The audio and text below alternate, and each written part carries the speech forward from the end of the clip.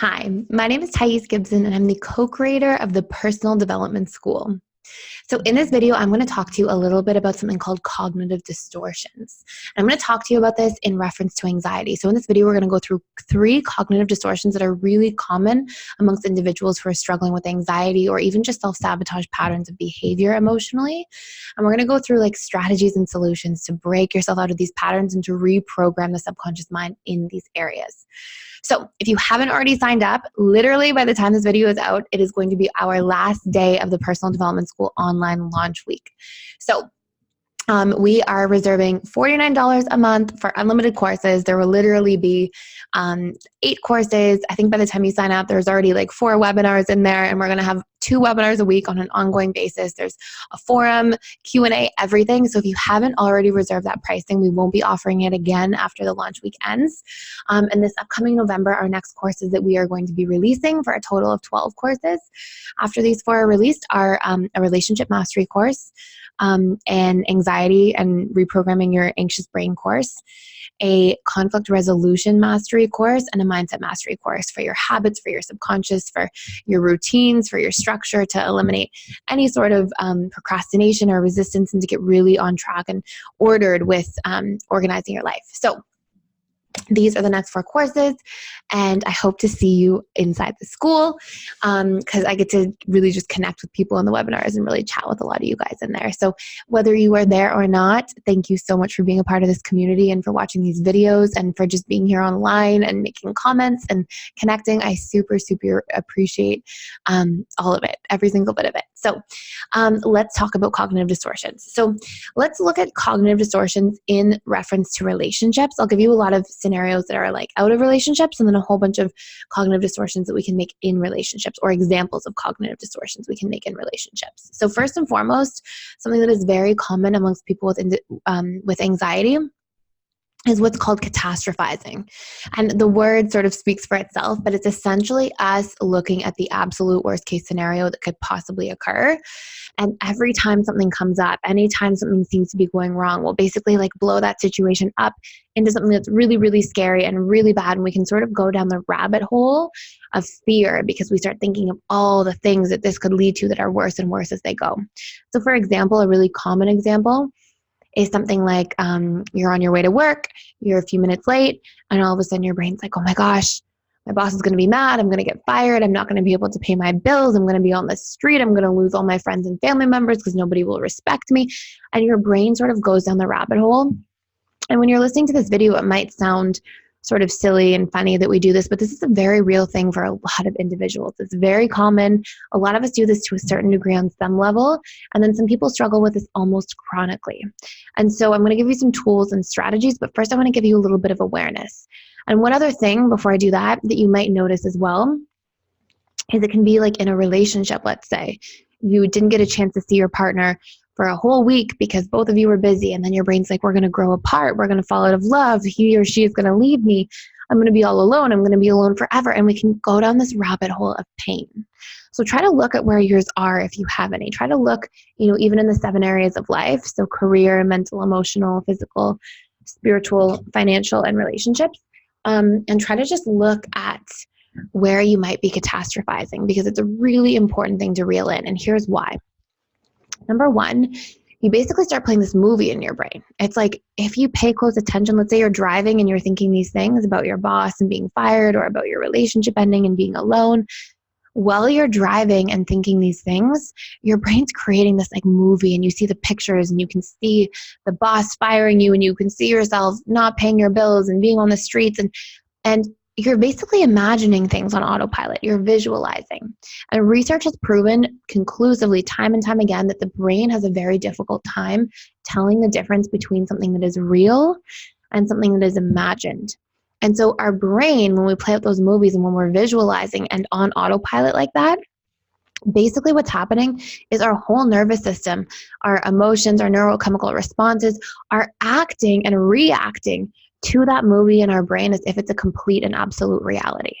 And so you're basically traumatizing yourself in those moments. And I know that's a very strong word, and maybe we should use a better word there, but like you're not trauma.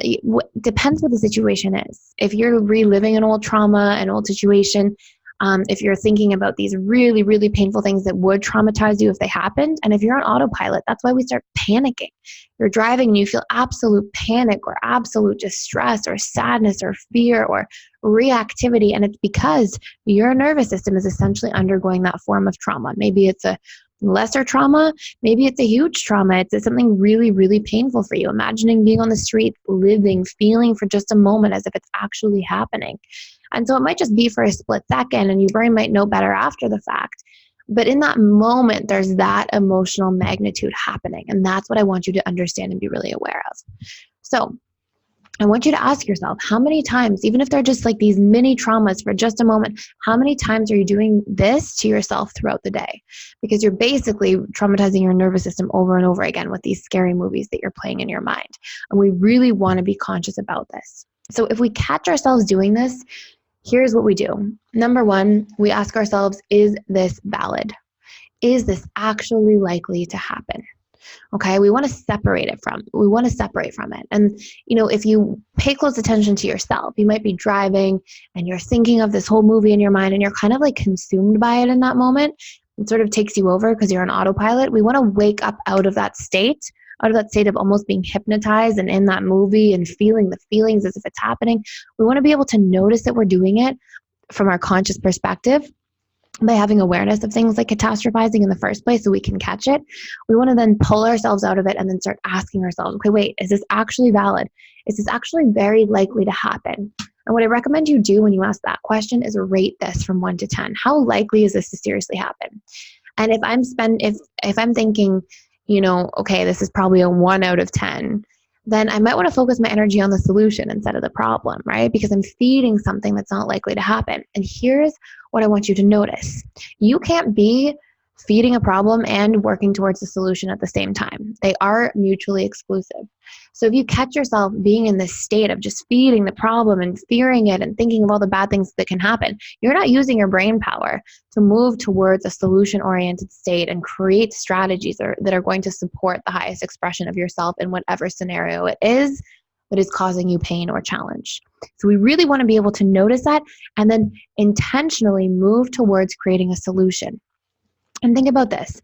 You can also create a solution for the worst case scenario. What am I fearing is the worst case scenario in that situation? And in this situation, how would I deal with it? How would I adapt? What would I do? How would I actually be okay? And what are some strategies I could use to sort of get that worst case scenario out of the way? Because sometimes our brain feels like it has to ruminate over the worst case scenario to try to get to some kind of safety if something was seriously a survival threat. And when we can set that to rest, then we can use our brain power to move to a more solution-oriented state again. So for example, if you're like, oh my gosh, I might lose my job, I might become homeless, then you might just look at, okay, if I were to lose my job, what would I do? Would I reach out to friends and family for help? Would I have to move back home? Would I have to pick up some kind of contract work or temp work immediately, maybe be late on my rent for a month, but that doesn't necessarily mean that I'm going to get kicked out? Can I reach out to friends? You can start thinking for those things. And sometimes your brain will go, okay, I got it. I can set this to rest. Now, what's the best thing I can do in this situation right now? Moving towards a solution. Maybe call my boss, apologize that I'm going to be late to work, and there's some relief. Okay, so just notice when you get into catastrophizing, you can't use your energy for the problem and the solution simultaneously. Okay, so number 2. Your shoulds or shouldn'ts. This is like a really good one that I think is very easy to fall into, but we want to be hyper aware of this. So I'm going to break this one down into 3 types. The this shouldn't have happened type, the this person should or should not have done what they did type, and the I should or should not have done what I did to type. Okay. So number 1, when you're like, this shouldn't have happened, you are fighting against the past. You are in resistance to something you have no control over, and it is not going to serve you. You're literally arguing with the past, and it's an impossible thing to win because you can't control the past. You can only control your present and how you choose to respond to the past in your present moment. So let's say, for example, and I use this example sometimes, let's say you have a flat tire. The moment you realize the tire is flat, it's now the past. It might be the immediate past, but it is still the past. And so when you're like, this shouldn't have happened, why did this happen to me? And you get down that line of thinking, same thing. You're in resistance. You are in problem feeding mode, not solution finding mode. So what we want to do is we want to be able to catch that, notice it, okay, step out of it, accept the situation for what it is, and then create a strategy. And then once we've done that and we've sort of strategized and moved through it, we can always look back on that situation afterwards and go, how can I learn or grow from what happened? So maybe it's not a flat tire. Maybe it's a fight and you yelled or raised your voice or you criticized and you really wish that you didn't do it. Instead of going, oh my gosh, I'm a terrible person, go, okay, what led up to that? What caused me to get to that point that I chose that behavior on some level, even if it was unconsciously? And if that's the place I was coming from, how can I correct that problem at the root?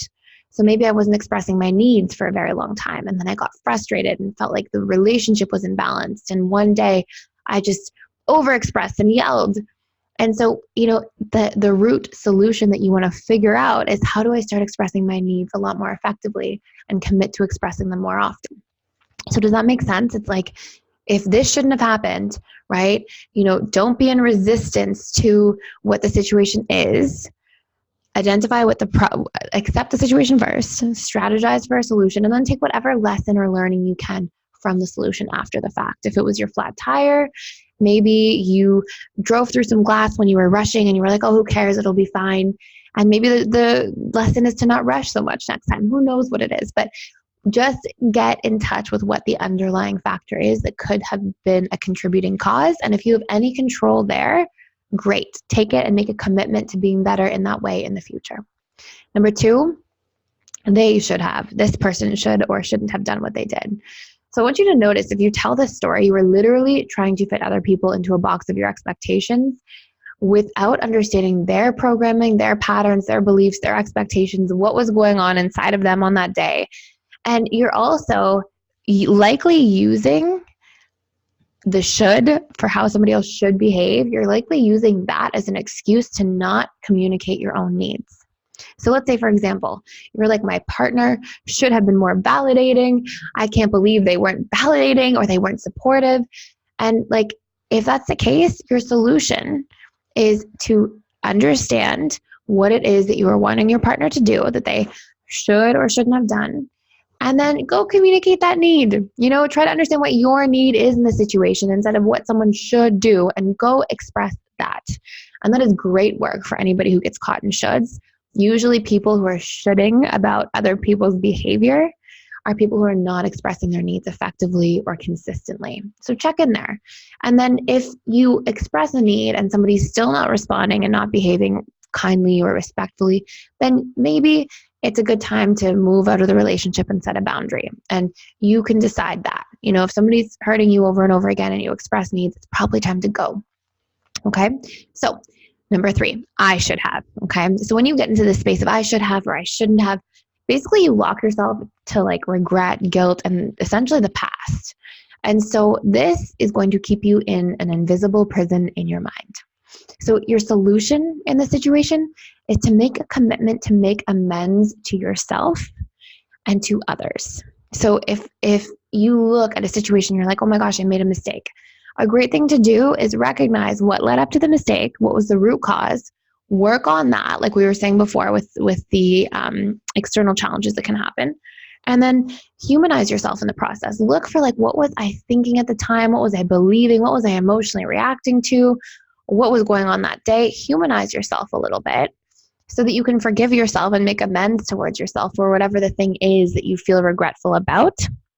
And then if it requires making amends to somebody else because another person is involved, create a strategy and an action plan and go do that in whatever form is comfortable to you. It can be face-to-face, over a message, it can be over an email or a letter, or if it's just about something that you're disappointed in yourself for, like not turning something in on time or whatever it might be, then just be gentle and kind towards yourself and try to correct whatever the root causes were that led up to that. Maybe you have too much on your plate and there's no breathing room. And so it's easy to fall into that trap. Maybe you, forgot about something and you weren't keeping track of things, and then make a commitment to yourself going forward. But again, remember, your brain is either focusing on feeding a problem or identifying and feeding a solution. And we always want to be in solution-oriented mode. And then we can make amends to ourselves and other people as part of that solution-finding process. So I have a third, but this video is already a little bit long, so I'm going to break it into the next part of this series, I'm going to go through a whole bunch of cognitive distortions because I want you to get really clear on what your negative thought patterns are and how your cognitive distortions take place for yourself. And once you start having the awareness, they get so much easier to catch and we don't fall into those same traps so often.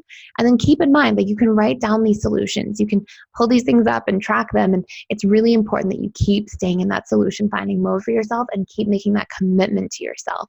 Because as you do, a lot of those anxious thoughts will start to be set to rest. A lot of that unnecessary emotional suffering can start to be set to rest. And a lot of beauty and creativity and inspiration will start to take its place. So thank you so much for watching. If you haven't already, please like, share, and subscribe to this channel, and I will see you in the next part of this series.